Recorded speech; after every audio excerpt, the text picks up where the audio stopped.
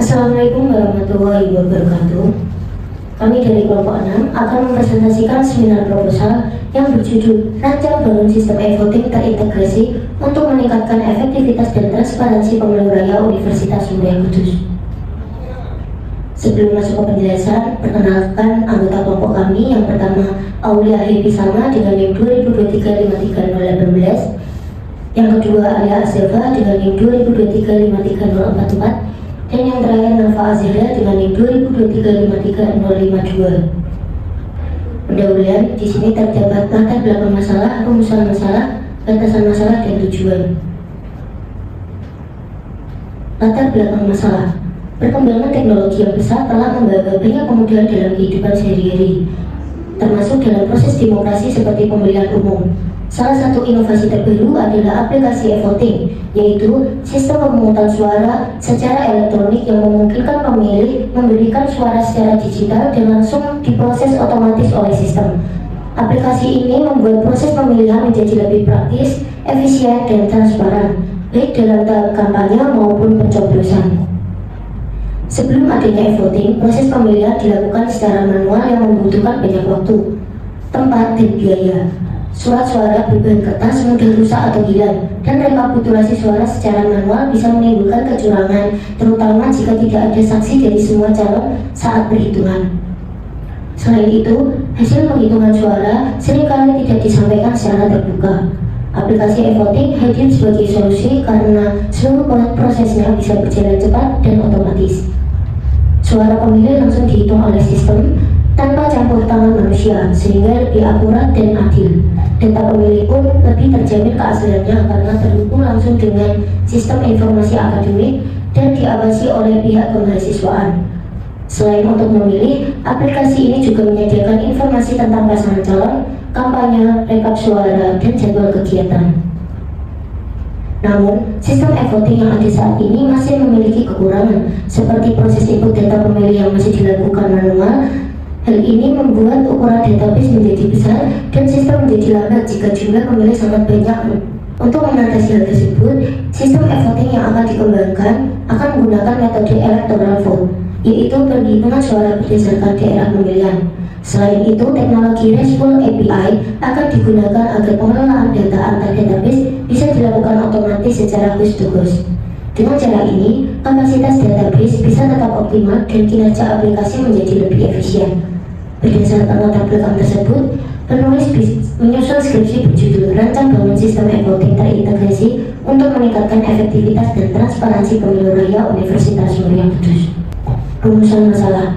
Berdasarkan uraian latar belakang yang telah dijelaskan, dapat ditentukan permasalahan utama yang akan menjadi fokus dalam penelitian ini, yaitu bagaimana alasan dilakukan rancang bangun aplikasi e-voting, siapa saja yang menjadi pengguna aplikasi ini, serta fitur-fitur atau aktivitas apa saja yang dapat dilakukan oleh pengguna selama proses pelaksanaan pemilu raya. Batasan masalah. Berikut adalah batasan-batasan masalah dalam penelitian ini. Yang pertama, sistem ini digunakan untuk mendukung pelaksanaan pemilu raya di Universitas Muria Kudus. Yang kedua, mahasiswa aktif Universitas Muria Kudus selain pasangan calon memiliki hak suara dalam sistem ini. Yang terakhir, pasangan calon tidak memiliki hak suara, tetapi dapat melakukan kampanye melalui sistem yang tersedia. Tujuan. Adapun tujuan dari penelitian ini adalah sebagai berikut. Yang pertama, sistem e-voting berfungsi sebagai platform utama dalam penyelenggaraan pemilu raya Universitas Muria Kudus dengan integrasi langsung ke database sistem informasi akademik Universitas Muria Kudus untuk memastikan data mahasiswa aktif yang berhak memberikan suara. Yang kedua, aplikasi e-voting digunakan oleh mahasiswa aktif Universitas Muria Kudus dalam menjalankan seluruh proses pemilu raya di universitas. Selanjutnya, tinjauan pustaka terdiri dari penelitian terdahulu dan landasan teori. Penelitian terdahulu. Pada tahun 2023, Salma Nur Alivia dan Dedan Sundawa melakukan penelitian berjudul Penerapan e-voting dalam pemilihan ketua OSIS di SMA Negeri 1 Gianyar Kabupaten Grobogan untuk menggunakan electronic voting untuk membahas suara yang diperoleh, memberikan informasi yang akurat, realistis, dan transparan secara efisien pada pemilihan ketua OSIS di SMA Negeri 1 Gianyar Kabupaten Grobogan. Pengembangan sistem dilakukan melalui tahapan persiapan, sosialisasi, pelatihan, pelaksanaan, dan evaluasi. Persiapan mencakup perancangan sistem dan pengadaan alat. Sosialisasi dan pelatihan diberikan kepada pengguna dan panitia.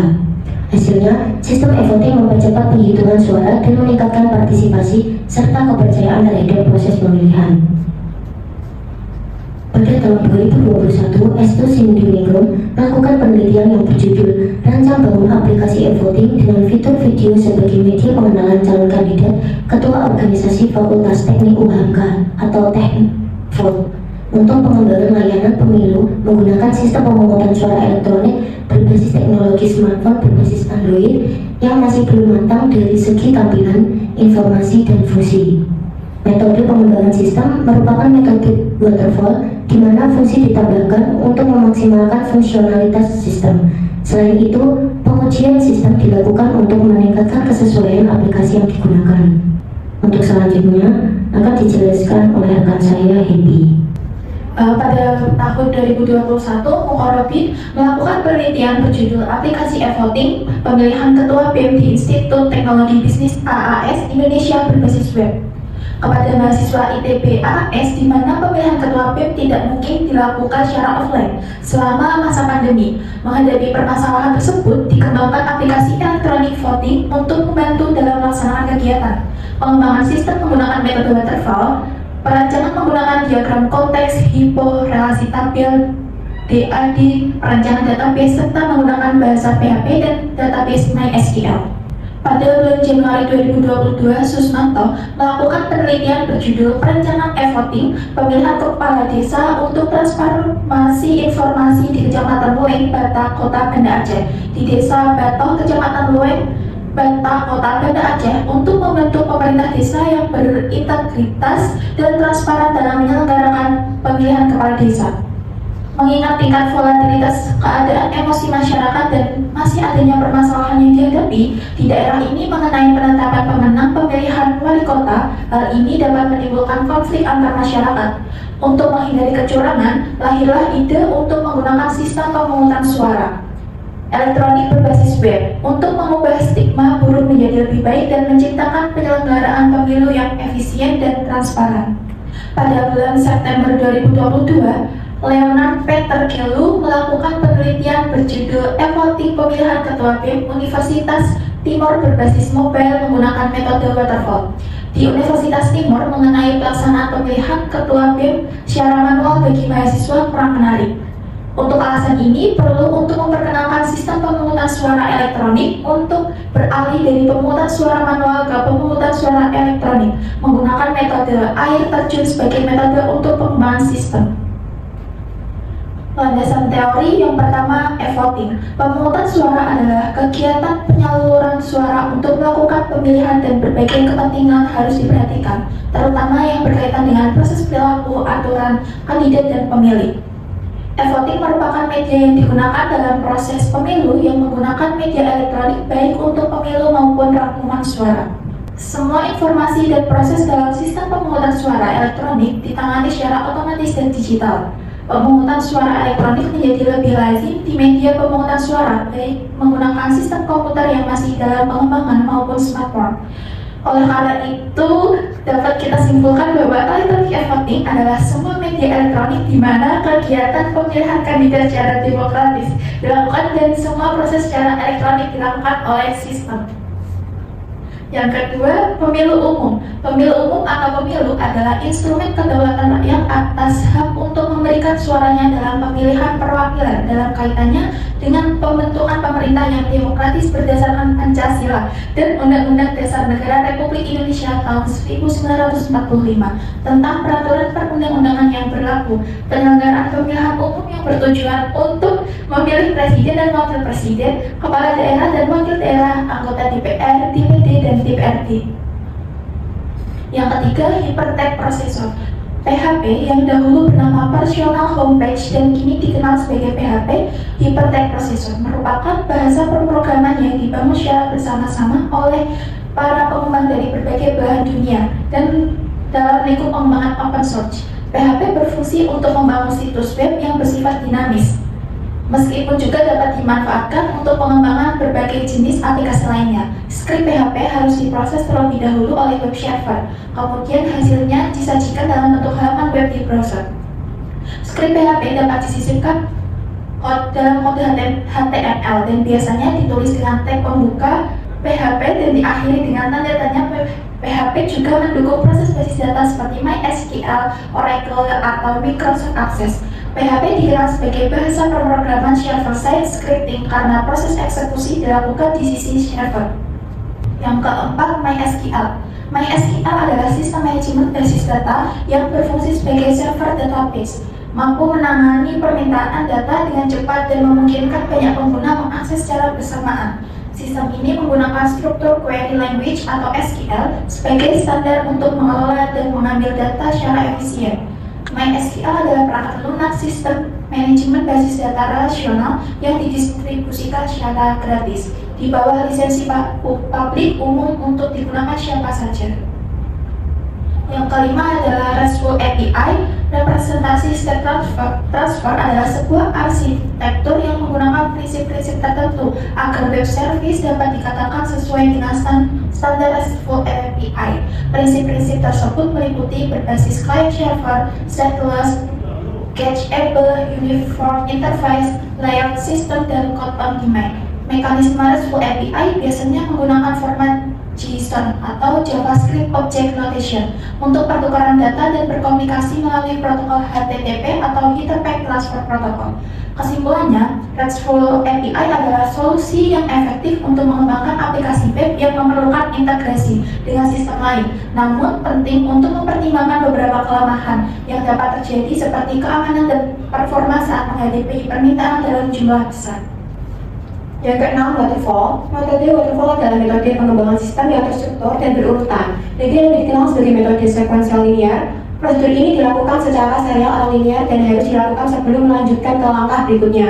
Metode waterfall dilakukan secara berurutan dengan beberapa tahapan, dimulai dengan analisis kebutuhan, perancangan, implementasi, pengujian, dan pemeliharaan. Selanjutnya adalah metodologi yang terdiri dari metode pengumpulan data dan metode pengembangan aplikasi. Pertama itu metode pengumpulan data, ada wawancara. Tahap wawancara ini ditujukan kepada Badan Pengawas Pemilihan Umum Mahasiswa Universitas Mulia Kudus dan Dewan Perwakilan Mahasiswa Universitas Mulia Kudus di bawah Badan Pemilihan Umum Mahasiswa Universitas Mulia Kudus. Hal ini dilakukan untuk memperoleh informasi secara lisan. Selain itu diperuntukkan mencari batasan dan kebutuhan terkait segala hal yang terkait dengan kampanye pemilihan umum di Universitas Mulia Kudus. Hal ini penting untuk mendukung kebutuhan semua data yang digunakan untuk kegiatan yang sedang berlangsung. Kedua, observasi. Pada fase ini, penulis akan mempelajari bagaimana pelaksanaan rangkaian kegiatan pemilu dilakukan di UMK, mulai dari mengawasi alur proses, penetapan pasangan calon, kampanye, dan pemilihan hingga hasil akhir pemungutan suara dilakukan oleh penyelenggara kegiatan. Ketiga adalah studi literatur. Pada tahap ini dilakukan pencarian informasi tambahan dari berbagai sumber seperti artikel, jurnal, buku, dan panduan guna melengkapi referensi yang diperlukan untuk data yang akan digunakan. Selanjutnya adalah metode pengembangan aplikasi. Pada tahap ini dilakukan pencarian informasi tambahan dari berbagai sumber seperti artikel, jurnal, buku, dan panduan guna melengkapi referensi yang diperlukan untuk data yang akan digunakan. Pertama ada analisis kebutuhan. Pada tahap ini dilakukan pencarian informasi tambahan dari berbagai sumber seperti yang telah disebutkan tadi guna melengkapi referensi. Yang kedua ada perancangan sistem dan desain. Perancangan sistem digunakan untuk memahami bagaimana sistem bekerja dalam kaitannya dengan entity relationship diagram. Desain tema pada software dilakukan untuk membuat aplikasi terlihat menarik dan nyaman. Ketiga, implementasi sistem. Fase ini digunakan untuk menemukan gambaran atau prototipe sistem yang digunakan untuk mengetahui seperti apa tampilan setiap menu dalam aplikasi. Keempat, uji sistem. Pengujian sistem adalah fase inti di mana evaluasi seluruh proses aplikasi dilakukan. Jika ditemukan bug, perbaikan dilakukan untuk mencapai hasil akhir dari aplikasi yang dirancang. Hal ini bertujuan agar aplikasi dapat digunakan sesuai dengan kebutuhan yang ditentukan. Kelima, pemeliharaan sistem.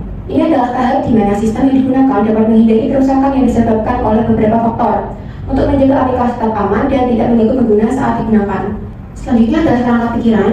Di sini ada problem, opportunity, approach, software development, software implementation, dan result. Pada problem ini, kita mengambil masalah proses pengulangan dan perhitungan suara pada pemilu raya masih dilakukan secara manual sehingga memerlukan waktu yang lama. Kalau opportunity-nya adalah kebutuhan akan sistem digital yang dapat mempercepat proses pemilu secara akurat dan efisien.